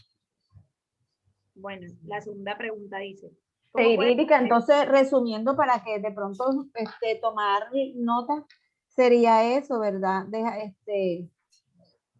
No sé, yo veo a Erika tomando nota, entonces como dejar de ser nosotros mismos y ya tener una posición como más rígida, porque ya vamos a ser parte de, vamos a cumplir algo que ya una tarea que Jesús nos está encomendando, ¿verdad? Entonces no la podemos hacer superficialmente. Así es. Así es. A mí me gusta eso de contracultura, o sea, la cultura tiende a envolvernos, nosotros tenemos que de alguna manera romper con los esquemas que hay en el momento del mundo que parece ser más fuertes que la palabra. Sí, y mira Y que la misión y de la misión a la que estamos llamados. Y mira que tú tocaste un punto acerca de ser luz. Y cuando analizamos en el pasaje eso de ser luz, mira que él mismo nos dice que la luz no la vamos a colocar debajo de un almud, y el almud es como como un baúl, un cubo que utilizaban para medir. Entonces, y él decía en ese ejemplo, no vamos a colocar la luz debajo de un almud, sino encima para que se vea. Entonces yo creería que una de las implicaciones es esa: si somos luz, tenemos que estar arriba y de paso alumbrando. O sea, ni siquiera... No somos, mira, y si no somos sal, ¿sabes lo que va a pasar? Seremos hollados, pisoteados. Sí, tremendo. Cierto. Sí. La segunda pregunta, Patri. La segunda pregunta es, ¿cómo puede la iglesia ejercer el rol profético encomendado por el Señor en nuestro contexto? Ya llegó Ivette, vamos a estrenarla. Ah, sí. Bueno, Ivette responde, ya no te respondimos la primera. Hola, buenas noches. Hola, Ivette. ¿Cómo estás, mía? Bueno, gracias a Dios, estamos bien. Amén, sí. ¿Cuáles son las preguntas? Okay. Qué linda, Ivette. La segunda pregunta dice, ¿cómo puede la iglesia ejercer el rol profético encomendado por el Señor en nuestro contexto? Bueno, mira, yo pienso, a ver, bien. Yo pienso que, como dice la misma palabra, ¿no? La palabra es ¿cómo es? La profecía más segura es la propia palabra. Entonces, cuando anunciamos las verdades que están expresadas en esa palabra, predicamos de una forma natural. No tenemos que tener una plaza pública ni dar un discurso, sino simplemente contamos a otros las maravillas que el Señor hace en nuestra vida. Pienso que esa es la forma de anunciar, de cumplir ese rol profético. O sea, compartir la palabra.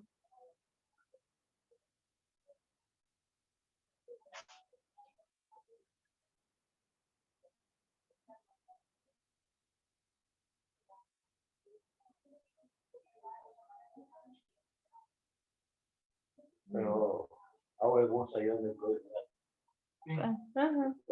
Ocasión. o así no ganan. O va primero porque pasaron, pero no va.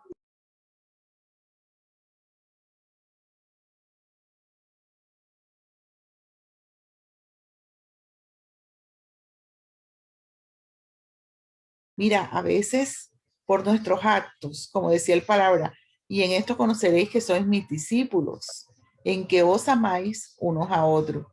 Hay como una serie de tics, pienso yo, que el Señor dejó como para manifestarnos a un mundo caído, a un mundo que requiere de nuestra presencia, porque en este mundo hay mucho dolor, en este mundo hay mucha tristeza, mucha desesperación, aunque se quieran enmascarar en diferentes cosas, y nosotros somos los llamados. Y lo más efectivo que tenemos es la palabra. Realmente allí contra la palabra no hay, ella tiene el poder de ser viva, eficaz, de romper, de llegar a las coyunturas. La de nosotros no, la palabra de Dios. También que cumplamos, que lo hagamos, o sea, el amor, como decía tu Mari, el amor marca diferente. Esos actos de amor, ese amor compasivo hacia las personas que no conocen, que no nos vaya a pasar lo que les pasa. Yo creo que esconder la luz, que cuando entré estaban hablando de eso, Esconder la luz debajo de la mesa es no dejar que la llama del amor de Cristo que está en nosotros Exacto. ilumine a los demás y los ilumina a través de actos de amor compasivo. Que no nos pase como el pueblo judío, el pueblo hebreo, que recibieron la palabra de Dios, fueron escogidos para que fueran el pueblo de Dios y anunciaran la palabra y fueran bendición a las otras familias, y ellos se sintieron pues superiores y empezaron a ver a los que no eran judíos como lo peor. Tenemos 46 segundos, Irica.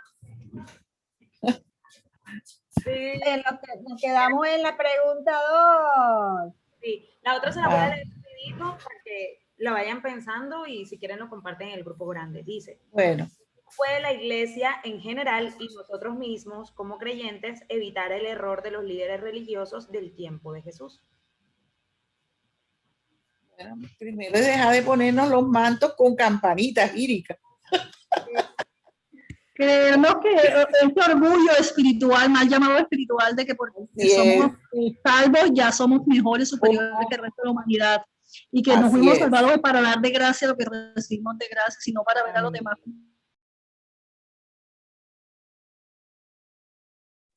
Listo, ya nos sacaron. Amén. Señor, ya están afuera oficialmente, bienvenidos. Entonces, bueno, vamos a ver cómo podemos ir haciendo esto ordenado. Patri, me vas ayudando a ver quién va levantando la mano o pidiendo por el chat la participación para poder compartir con todos en el grupo. Solamente antes de empezar, sí hacer una salvedad de acuerdo a los comentarios que han hecho anteriormente, en el sentido de que el versículo de Deuteronomio está equivocada la cita. Gracias, Patri.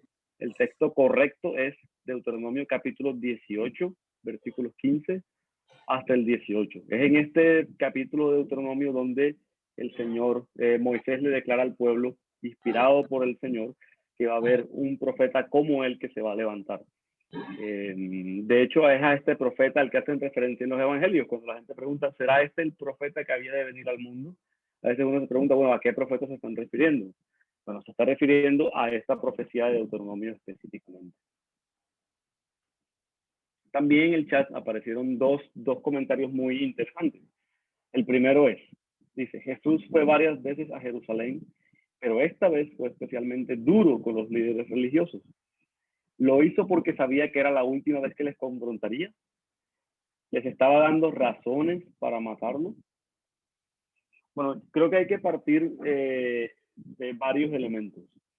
Mucho se ha hablado en relación a si Jesús quería realmente, si lo que Jesús hizo, su sacrificio era un suicidio en el sentido estricto de la palabra, si Jesús quería morir. Lo que uno puede observar en las escrituras, definitivamente por sus expresiones, por la agonía que tuvo antes de ser entregado en el jardín de Getsemaní, cuando le dijo al Padre, si es posible, pasa de mí esta copa, definitivamente podemos decir que Jesús no tenía un deseo marcado de morir. Y bueno, Jesús amaba, si uno mira los evangelios, amaba profundamente la vida. Jesús es la vida encarnada. Entonces a veces pensamos que de pronto, bueno, Jesús quería necesariamente morir. Yo creo que de acuerdo a lo que más bien miramos en la herencia de los profetas, la experiencia de hombres como Jeremías, de hombres como Isaías, más bien creo que el Padre le dio a Jesús una palabra, una misión específica por cumplir, y Jesús también era consciente de que esta misión implicaba que él tuviera un gran riesgo personal, un gran sacrificio personal, y que él en última muriera.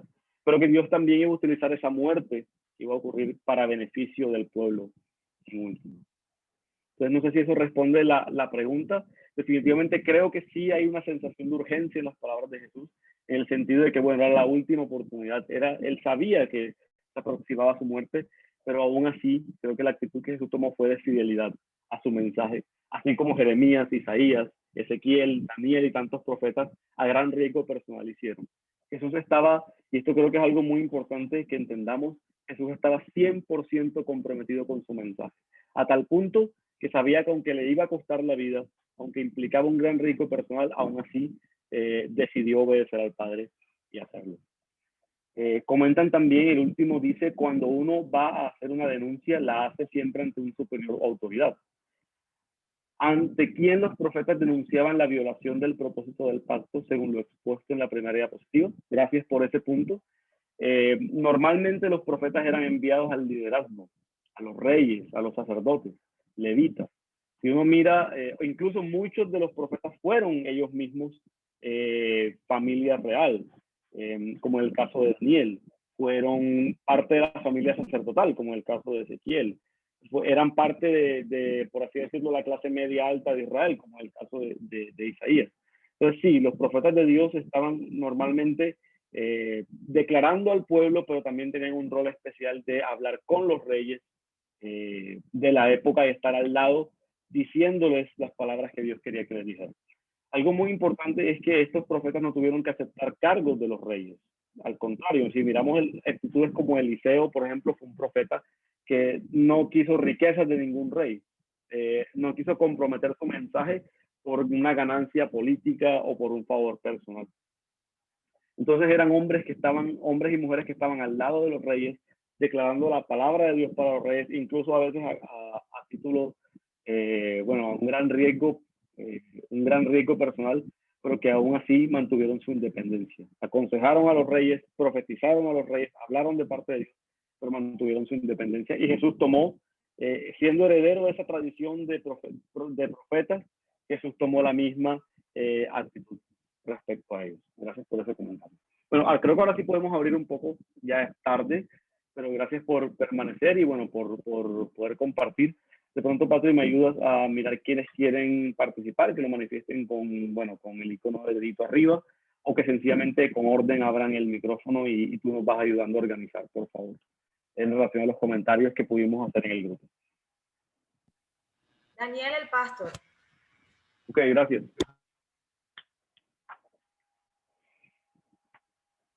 Hola.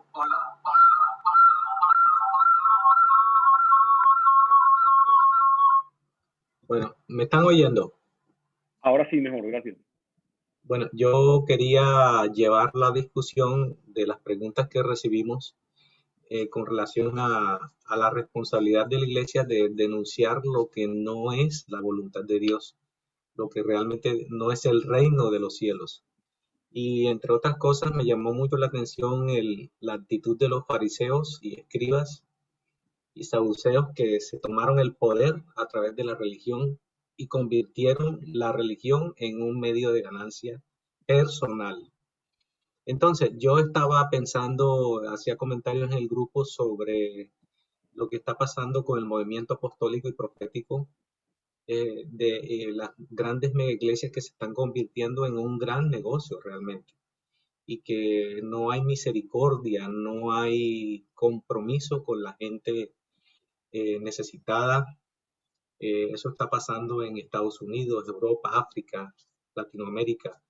Este movimiento se ha vuelto en la riqueza aquí y ahora realmente. En mi negocio aquí y ahora realmente ni siquiera es el reino de Dios. Pero quería comentar sobre el movimiento de cantantes que se han vuelto artistas y que se han vuelto recogedores de dinero y que realmente su ministerio, que le llaman entre comillas, se ha vuelto el centro y no el Señor. De tal manera que ya hay personas que si tú quieres traer a alguno de esos cantantes o grupos aquí a Colombia, a una iglesia, ellos te van a cobrar un dinero específico y te van a exigir un hotel específico y comida específica y agua específica y transporte específico. Tienes que viajar en primera clase y ya son tan artistas que participan en los concursos del mundo, de la gloria de los hombres. Entonces, yo soy renuente a que nosotros apoyemos y hago una denuncia pública aquí en la iglesia a que nosotros no debemos prestarnos ni usar los fondos de nuestra iglesia para enriquecer a una persona que está deshonrando el evangelio de Jesucristo, tomando el don que Dios les regaló para su propio beneficio personal. El Señor dijo, dad de gracia lo que recibiste de gracia. El evangelio no se puede vender. Yo no puedo predicar para que vivir vivir del negocio de predicar. Eso no lo identificó el Señor. Acuérdense cómo andaba Jesús en los caminos, en las veredas, predicando igual que los demás. Le tocaba dormir en la calle, dormía en la calle. Él no estaba pidiendo un hotel de 5 estrellas, sencillamente él ni siquiera tenía donde recostar la cabeza. Entonces, si el Señor nuestro nos enseñó eso, ¿por qué nosotros estamos tomando otro camino diferente? Hasta ahí llego. Gracias. Gracias por el aporte. ¿Alguien más quiere compartir?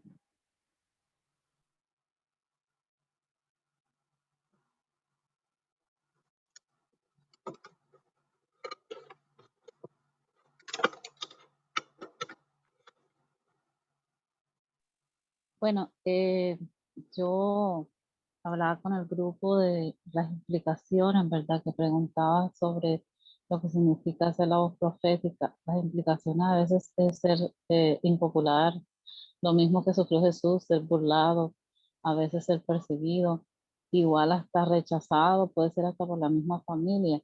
Entonces es escoger en ese momento qué quieres hacer. El Señor nunca nos dijo que iba a ser fácil, el Señor dijo, los envío como ovejas en medio de lobos. Entonces, las implicaciones son esas. A veces con el sufrimiento, el rechazo, la burla, pero que al final, pues, vamos a tener, pues, la victoria con el Señor. Y la última que decías que cómo, lo que decía Hernán ahorita, ¿verdad? Cómo ser diferente, cómo no caer en eso. Yo creo que Jesús nos dio dos ejemplos claros, la obediencia al Padre y la humildad. Entonces, mientras tengamos claras esas dos características de Jesús, que Él tuvo la obediencia, Él decía siempre, no hago lo que quiero hacer, yo hago la voluntad del Padre que me envió. Y segundo, era humilde, que se humilló hasta lo sumo. Y entonces cuando no buscamos esas ganancias personales, cuando dejamos de buscar la gloria de este mundo y esas cosas y sabemos que lo importante es estar en la presencia del Señor, obedecer al Señor y ser humildes, ahí podemos tener la victoria y podemos ser diferentes a lo que eran los líderes religiosos de ese momento y los que son ahora, como dice Hernán, los que quieren ganar gloria, los que quieren ganar dinero, los que quieren ser reconocidos por este mundo, ahí tienen su recompensa. Mientras que el ejemplo de Jesús es, no quiero la gloria de este mundo, quiero realmente la gloria de Dios. Muchas gracias por el aporte. ¿Alguien más que quiera compartir?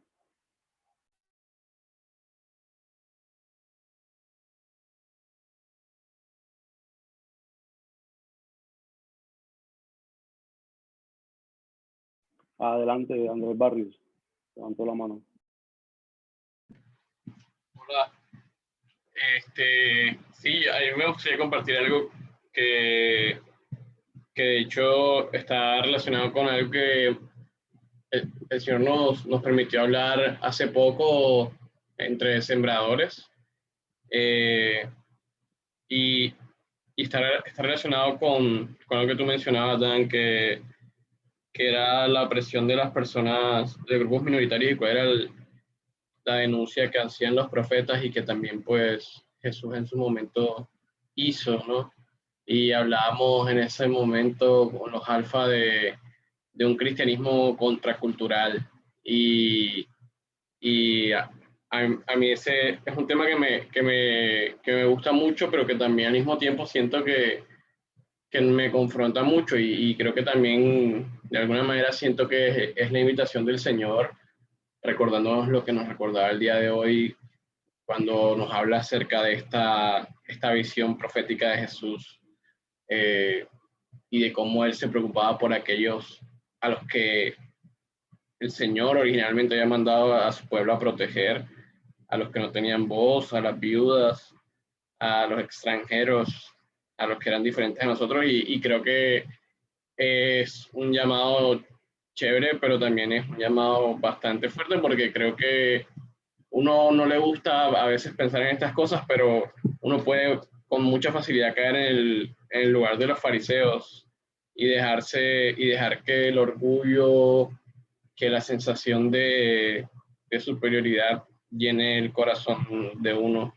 Y es algo que también hablábamos en el estudio de Filipenses, que estamos haciendo en Sembradores, y que también pues yo tuve la oportunidad de compartir un poquito los miércoles, que era esto que les decía Pablo a los filipenses, el no ser como los fariseos, pensando en las cosas de los demás, pensando en los demás como superiores a nosotros mismos, y bueno, siendo humildes realmente de corazón. Y creo que es algo que tenemos que tener presente todos los días, porque no nos gusta pensar en eso, pero así como decía Mitch,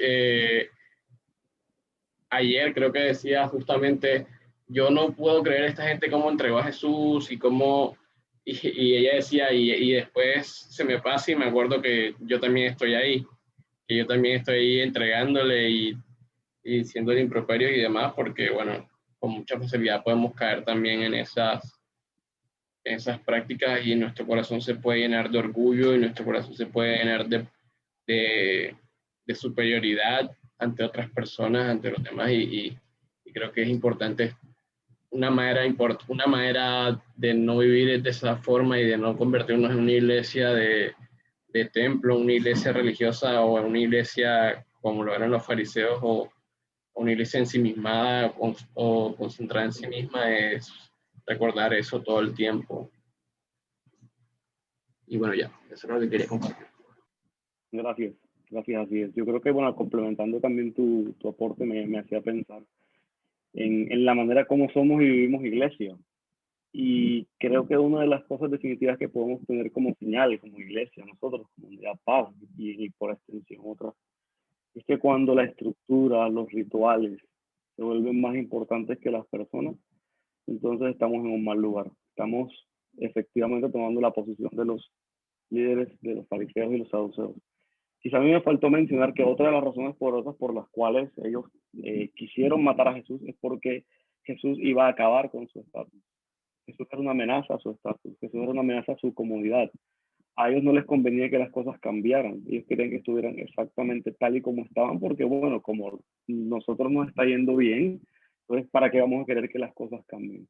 Y ese miedo y ese temor a que las cosas cambiaran, a perder lo que tenían, los llevó a rechazar a su mismo Señor. Yo creo que es tan fácil caer en la posición, como tú decías, de los fariseos y de los saduceos. Asusta saber que estamos cerca de ellos si no cuidamos nuestros corazones y nuestras mentes. Creo que esa es una de las grandes reflexiones de esto. Y es que a veces podemos caer en el error de simplemente condenar a fariseos, saduceos, a los sacerdotes, pero estamos muy cerca de ellos si tomamos las actitudes que ellos tomaron también. Quizá otra reflexión que me llegaba a la mente como tú hablabas era en relación a cuántas personas yo estoy dispuesto a escuchar hoy. Los fariseos y los saduceos cerraron el corazón, cerraron sus mentes y sus corazones a la voz de Dios, sencillamente porque no venía del lugar que ellos esperaban o no venía del lugar que ellos querían. Y eso me hacía reflexionar en relación a qué tan abierto estoy a escuchar la voz de Dios, incluso en los lugares inesperados o en las personas que yo quizá pueda tender a menospreciar o a despreciar. Si eso es así, estoy en la misma posición de los fariseos y de los saduceos. Bueno, dice el pastor está pidiendo otra vez la palabra. No sé si alguien más quiera participar y luego le damos la participación al pastor y podemos cerrar aquí por cuestiones de tiempo también. Dan, yo solo dos cosas pequeñitas. Y una, es que muchas veces nosotros no incidimos a favor de del grupo vulnerable, de los más necesitados, por temor a ser rechazados, excluidos, por el que dirán, a ser perseguidos. Y dos, porque ¿qué deja de darme aquel que tiene el poder y al que yo voy a denunciar, que me daría el necesitado? Es decir, por interés, es la palabra. Entonces, ese interés realmente muchas veces pesa más que la justicia del Señor. Era todo. Gracias por ese muy interesante comentario. Es decir, definitivamente ser profeta implica un sacrificio y un riesgo personal, definitivamente que sí. Y creo que complementando lo que dices es nuestro contexto, ¿no? Yo creo que Dios no nos pide más de lo que estemos dispuestos a hacer. Si de pronto el Señor nos lleva a alguno de nosotros a ser gobernador, presidente, pues demandará más de nosotros. pero creo que el Señor demanda de nosotros también en nuestro propio contexto o en nuestra comunidad. Es decir, no tenemos que cambiar a Colombia entera, pero definitivamente sí tenemos un rol profético de cumplir en nuestra familia y posiblemente en nuestros vecinos, en nuestro barrio, es decir, en nuestra esfera de influencia, en nuestro trabajo. Definitivamente debemos tener ese rol profético presente, levantar la voz, como decía Andrés, la voz por los que no tienen voz. ¿Alguien más le damos espacio al pastor o el pastor puede tomar la palabra enseguida? Pastor, tú me dirás. Yo solo quería hacer un comentario pequeñito también, en síntesis, como que la vida del cristiano es reflejar a Jesús, es la meta del cristiano. Finalmente le decía yo a mi grupo en el que estaba, cuando no estamos reflejando a Jesús, yo creo que perdemos la perspectiva, porque el cristiano debe reflejar a Jesús en todas las áreas de su vida. Es difícil, dice el Señor, en el mundo tendréis aflicción, pero confiad, yo he vencido este mundo. Entonces, aquí no venimos, no es, este es un mar de lágrimas, y tenemos todo un contexto para quizás estar vulnerables a lo que tú decías, de uno perder como la perspectiva, ¿verdad? Pero el Señor nos manda a que reflejemos a Jesús en todo, en todo. Es un poco bastante difícil porque la vida del cristiano, por lo menos los que vienen y que no tienen el apoyo de su familia ni de nada, vamos a tener el rechazo, vamos a tener de la sociedad que llaman a lo bueno, a lo que es malo lo llaman bueno. Estamos viendo una cantidad de cosas que están sucediendo en este contexto ahora que estamos viviendo. Barranquilla, una ciudad que se ha levantado en alto índice de atracos, de violencia, violencia intrafamiliar, violencia entre los vecinos, entre todo lo que vemos. Entonces a veces uno trata de reflejar a Jesús, pero a veces el contexto como que uno como que dice, bueno, pero y ahora con el COVID también son muchas cosas que lo ponen a uno en una serie de detenciones y entonces uno se aferra a la meta del cristiano, pero como que el contexto como que a veces te reprime un poco. Ahora ya no estamos, por lo menos hay gente que la encontramos ahí tirada, pero y el Señor nos manda que seamos misericordiosos, que le extendamos la mano, que le ayudemos, pero a veces tenemos temores. Cómo yo me le voy a acercar, si yo me voy a contaminar, qué puedo hacer, etcétera, etcétera. O por lo menos a mí que me tocaba lidiar con el conflicto, cómo lidiar esos conflictos, cómo el Señor nos manda a que seamos pacificadores. Entonces, cómo mediar, cómo una palabra en su justo momento para que ese conflicto llegara a feliz término. O sea, son muchas cosas, o sea, la vida del cristiano es bastante, digamos lo que de bastante búsqueda, de bastante aferrarse, de mucha fe, para que el Señor lo respalde a uno en todo, en todo. Bueno, eso quería decir. Buenas noches, hermano Daniel. Adelante, hermano Rina. Gracias, Rina, por tu aporte, por tu comentario.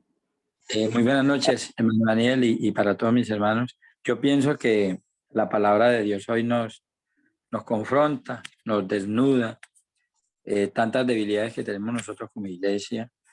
Y la verdad es que a mí me confronta bastante hoy la palabra y me lleva a hacerme una pregunta, que es una de las preguntas que están hoy en el cuestionario. Como iglesia, ¿yo qué puedo hacer para cumplir con el verdadero rol que Jesús nos está pidiendo a través del Evangelio? Y bueno, simplemente pues complementaría lo que decía una de las hermanitas ahorita, que es la falta de poder nosotros representar a Jesús como debemos de hacerlo y colocarnos la camiseta, el overol que Él nos está pidiendo, y que vayamos a convertirnos en verdaderos profetas, porque vivimos a Cristo y vivimos su palabra, más no a base de un título o un reconocimiento que hayamos recibido de una institución. Yo recuerdo una persona que se me presentó una vez a mí yo soy el profeta fulano de tal, vengo a ofrecérmele para ayudarle a usted en este ministerio. Y bueno, yo lo saludé con respeto, pero no me dio muy buena, o sea, no, en el espíritu veía que en él no había ningún profeta. No se le Y apareció a Jesús. como al año, amén, como al año escuché que se había separado de su esposa y que se había ido para Venezuela con una de las jovencitas de la iglesia. Y ahí es donde uno puede ver la realidad de estas personas que andan por el mundo presentándose como profetas, primero el título, pero realmente Jesús no está por ningún lado. Entonces pienso que hoy la palabra nos lleva más a que representemos más a Jesús hoy en la iglesia para que podamos cumplir con esa autoridad que él tenía. Muchas gracias, Daniel. Gracias, hermano Rigo. Mari Osillo dice, Jesús nos inquiere saltar de la zona de confort, con todos riesgos, y ser la luz del mundo y la sal de la tierra. Si no cumplimos, entonces la sal será pisoteada. Gracias, Mari, por tu comentario. Bueno, creo que podemos cerrar con el pastor. Estaba pidiendo la palabra y ya para también finalizar. Bueno, yo quería comentar también que Jesús enseñó, él se lo dijo a sus discípulos de una manera sencilla. Dijo, mi yugo es fácil y ligera mi carga. Yo creo que a veces nosotros les ponemos demasiada religión y demasiada espiritualidad a la forma como Jesús actuaba. Él actuaba de una manera sencilla y humilde, o sea, práctica. Él no se complicaba la vida, ni se la complicaba a los demás. Él les decía cómo hacer las cosas y le enseñaba día a sus discípulos. 3 años y medio lo hizo. Pero quería resaltar en este momento es que acuérdense que con relación a Jesús y su sacrificio, recuerden que hay un elemento que no hemos mencionado y es que hay un ser o una tercera persona que aquí influye en todo este proceso del asesinato de Jesús. Acuérdense que hay un conflicto en el contexto de Dios y la rebelión de Satanás y todo lo que eso implicaba y por qué vino Jesús. Él vino a quitar el pecado del mundo. Él es el Cordero de Dios. O sea, él vino designado para eso. Pero no olviden que hay un ser que entró en Judas, acuérdense, entró en Judas y lo hizo asesinar y lo hizo traicionar, hizo todo lo que ya ustedes conocen en la historia bíblica. El mismo que entró en Caín, también entró en Judas. Y al final va a entrar el anticristo, ¿no? Va a estar. Acuérdense que hay un conflicto detrás de todos los conflictos que vivimos en la tierra y que este ser también influye en las decisiones incorrectas de los hombres, aprovechándose del problema del pecado. Se quería comentar.